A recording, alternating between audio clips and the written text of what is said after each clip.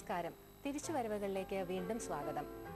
തമിഴകത്തിന്റെ സൂപ്പർതാരമെന്ന നിലയിൽ ജയലളിതയെ ഇന്ന് ആരും ഓർമ്മിക്കുന്നില്ല. വെള്ളിത്തിരയിലൂടെ അധികാരത്തിലെത്തിയ ശക്തിയായ ഭരണാധികാരിയായി ജയലളിത ഇന്ന് വിലയിരുത്തപ്പെടുന്നു. കനത്ത തോൽവിക്ക് ശേഷം ജയലളിത ഇപ്പോൾ തിരിച്ചു വന്നിരിക്കുകയാണ്. ஜெயலலிதா என்னும் நான் தமிழ்நாட்டு அரசின் முதலமைச்சர் என்ற முறையில் எனது கவனத்துக்குள்ளாவதும் தெரிய வருவதுமான எந்த பொருளையும் முதலமைச்சரின் கடமைகளை உரியவாறு நிறைவேற்ற தேவையான அளவுக்கன்றி ஒருவரிடமோ பலரிடமோ நேர்முகமாகவோ மறைமுகமாகவோ அறிவிக்கவோ வெளிப்படுத்தவோ மாட்டேன் என்று ஆண்டவன் மீது ஆணையிட்டு உறுதிமொழிகிறேன். വീരാരാധനയും താരാരാധനയും തമിഴ് ജനതയുടെ രക്തത്തിൽ കലർന്നതാണ്. വെള്ളിത്തിരയിൽ വീരത്വം കാണിക്കുന്നവരും ശൂരത്വം ആഘോഷിക്കുന്നവരും അതുകൊണ്ട് തന്നെ തമിഴന്റെ അഭിമാനവും ഒരു പരിധിവരെ അവന്റെ ജീവിതത്തെ നിയന്ത്രിക്കുന്നവരുമാണ്. സിനിമയിലൂടെ രാഷ്ട്രീയത്തിലെത്തുക ഇക്കാരണങ്ങൾ കൊണ്ട് തന്നെ വിജയത്തിലേക്കുള്ള കുറുക്കുവഴിയായാണ് പലരും രസികർ മണ്ഡലങ്ങൾ തങ്ങളുടെ രാഷ്ട്രീയ പാർട്ടിയുടെ ലോക്കൽ കമ്മിറ്റി ഓഫീസുകളാക്കി മാറ്റിയ താരങ്ങൾ നിരവധിയുണ്ട്. പതിറ്റാണ്ടുകൾക്ക് മുമ്പ് തുടങ്ങിയ ഈ ശൈലി ഇന്നും തുടരുന്നു. MGR മുതൽ വിജയകാന്ത് വരെ നീണ്ടുകിടക്കുകയും നീണ്ടുകൊണ്ടിരിക്കുകയുമാണ് വെള്ളിത്തിര നീന്തി അധികാര കസേര തേടി വരുന്നവരുടെ നീണ്ട നിര.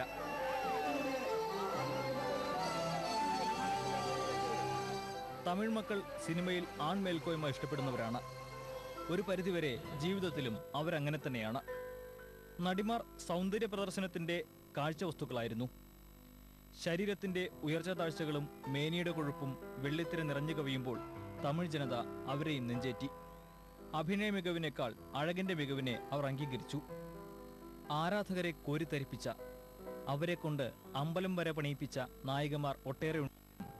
വെള്ളിത്തിരയിലൂടെ അധികാരത്തിന് സിംഹാസനത്തിൽ അനിഷേധിയായി സ്ഥാനം പിടിച്ച ഒരാൾ മാത്രം, ജയലളിത, തമിഴന്റെ പുരട്ചി തലൈവി അഥവാ വിപ്ലവ നായിക.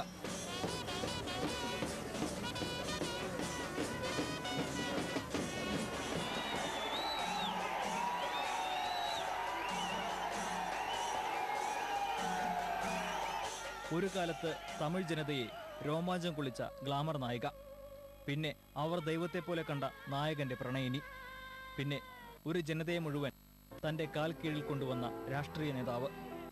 ചോദ്യങ്ങൾക്കും ഉത്തരങ്ങൾക്കും ഉയരെ നിൽക്കുന്ന, സിനിമകളുടെയും രാഷ്ട്രീയത്തിന്റെയും രസതന്ത്രങ്ങളും സമവാക്യങ്ങളും തിരുത്തിയെഴുതിയ തമിഴന്റെ ചക്രവർത്തിനി ജയലളിത ജയറാം.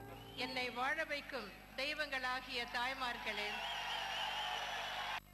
புரட்சி தலைவர் எம்ஜிஆரின் ரத்தத்தின் ரத்தமான என் உயிரினும் மேலான எனது அருமை உடன்பிறப்புகளே, அனைத்திந்திய அண்ணா திராவிட முன்னேற்ற இளைஞர் பாசறை மற்றும் இளம் பெண்கள் பாசறையில் உறுப்பினர்களாக உள்ள இளம் சிங்கங்களே, இளம் வீராங்கனைகளே, எனது அருமை வாக்காளர் பெருமக்களே, உங்கள் அனைவருக்கும் முதற்கண் എൻ കനിവാന വണക്കത്തെ തെരഞ്ഞെടുത്തുக் കൊള്ളുகிறேன். മൈസൂരിൽ ജനിച്ചു, ചെന്നൈയിൽ വളർന്നു, തമിഴ് സിനിമയിൽ ഗ്ലാമർ താരമായി. 1948 ഫെബ്രുവരി 24 മൈസൂരിൽ ജനനം. തമിഴ് അയ്യങ്കാർ കുടുംബത്തിൽ പിറന്ന ജയലളിതയ്ക്ക് അച്ഛൻ ജയറാമിനെ അന്നേ ചെറുപ്പത്തിലെ നഷ്ടപ്പെട്ടു.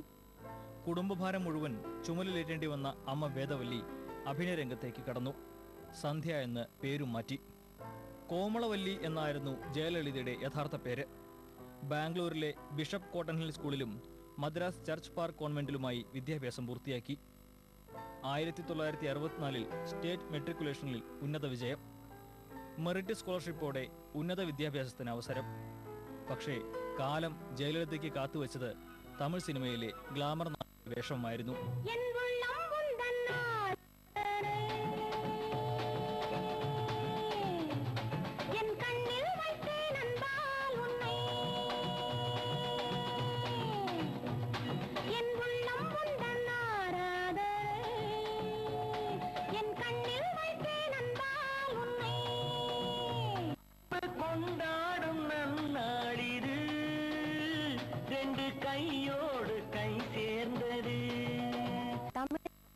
ജയലളിത താരറാണിയായി വിലസി.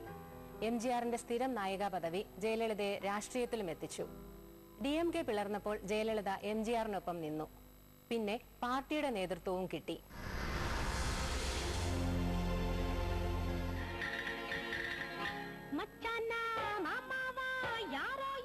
സംഗീതത്തിലും നൃത്തത്തിലും അസാമാന്യ മികവ് പുലർത്തിയ ജയലളിതയ്ക്ക് സിനിമാ ലോകത്തേക്ക് കടന്നുവരാൻ ഏറെ പണിപ്പെട്ട കൂടിയായ അമ്മയുടെ സാന്നിധ്യം ഏറെ പ്രയോജനപ്പെട്ടു. 1964 പുറത്തിറങ്ങിയ ചിന്നഡ ഗോംബെ എന്ന കന്നഡ ചിത്രത്തിലൂടെയാണ് ജയലളിത വാണിജ്യ സിനിമാ ലോകത്ത് അരങ്ങേറ്റം കുറിച്ചത്. എന്നാൽ 1961 ശങ്കർ ഗിരി നിർമ്മിച്ച എപ്പിസ്റ്റിൽ എന്ന ഇംഗ്ലീഷ് ചിത്രത്തിൽ ജയലളിത അഭിനയിച്ചിരുന്നു. 1961 പുറത്തിറങ്ങിയ വെണ്ണിര ആടെ തമിഴ് സിനിമയിൽ ജയലളിതയ്ക്ക് ബ്രേക്ക് നൽകി. തൊട്ടടുത്ത തെലുങ്ക് സിനിമയിലും ജയലളിത സാന്നിധ്യമറിയിച്ചു.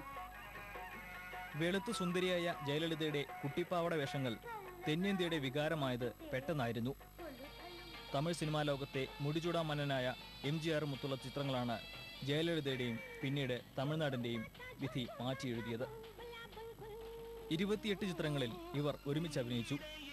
തന്നെക്കാൾ 32 വയസ്സധികമുള്ള MGR മുത്ത് ജയലളിത വെള്ളിത്തിരയിൽ വിപ്ലവം സൃഷ്ടിച്ചു.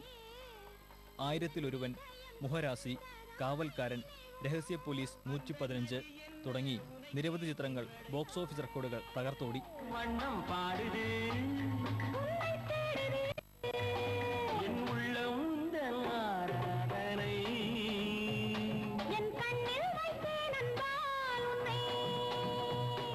ഗ്ലാമർ റോളുകളിലും സ്വഭാവ റോളുകളിലും തെന്നിന്ത്യൻ സിനിമകളിൽ ജയലളിത യുഗം പൂത്തുനിന്നു. 1980 വരെ തെന്നിന്ത്യൻ വാണിജ്യ സിനിമയുടെ മുഖ്യ മസാലക്കൂട്ടായിരുന്നു ജയലളിത. ഇസ്സത്ത് എന്ന ചിത്രത്തിലൂടെ ധർമ്മേന്ദ്രയ്ക്കൊപ്പം ബോളിവുഡിലും ജയലളിത തരംഗമായി. ശിവാജി ഗണേശൻ, പ്രേം നസീർ, മുത്തുമാരൻ, ജമിനി ഗണേശൻ, ചന്ദ്രൻ, ശരത് ബാബു, ശോഭൻ ബാബു തെന്നിന്ത്യൻ നായകന്മാർക്കൊപ്പം ഇഴുകി അഭിനയിച്ചും മേനി കാണിച്ചും ആടിയും പാടിയും ജയലളിത സിനിമാ ലോകത്തെ കിരീടം വയ്ക്കാത്ത രാജ്ഞിയായി.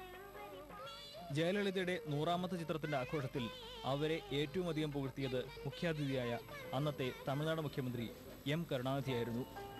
പിന്നെ കാലം കൊണ്ടുവന്ന മാറ്റങ്ങൾ അന്ന് ആരും തന്നെ മനസ്സിൽ പോലും കണ്ടു കാണില്ല.